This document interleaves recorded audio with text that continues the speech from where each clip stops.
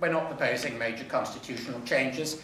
If you were writing a constitution for Jersey, I guarantee it would look nothing like what Jersey has. Okay, but we're not. And I think there's bits of Jersey that have got a great tradition. I'm a historian, amateur. I'm writing an economic history of Jersey. It would have been completed this year, but if I'm Chief Minister, it'll be completed in 2035. And I've studied the history of Jersey as much as anybody. You know, the parishes go back 1,000 years. You know, when they were founded, every parish had the same population. Well, now the population of St Mary is...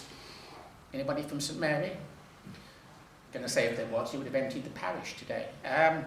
You know, it's tiny, and St Helier is 40,000.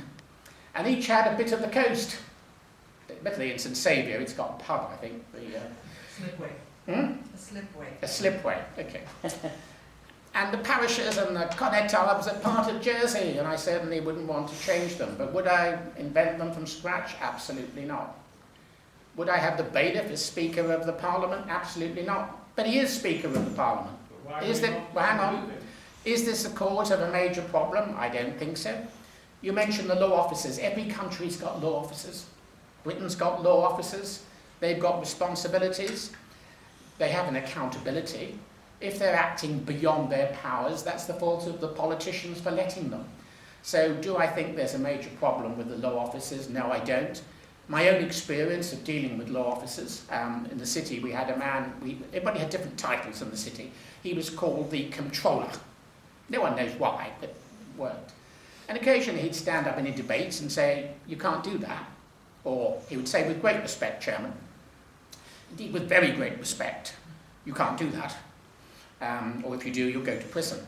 Now, as long as they're giving their professional legal advice, that is what they're there to do. That's why you have lawyers. So, you know, Jersey's constitution is what it is. I would leave it. I think Jersey benefits massively from its relationship with the Crown. We have a bailiff with an odd collection of duties, but it works. If the bailiff gets it wrong, and if the bailiff decides to become political in how he or she manages debates, then that's when it comes into question. I discovered in my research the bailiff is actually a member of the State's Assembly, which I didn't know before. So is the governor, and so is the dean. But by tradition, they can't vote, by the way, and by tradition they don't speak either, except on matters of their responsibility. So I think the answer, Nick, I don't see a problem in practice.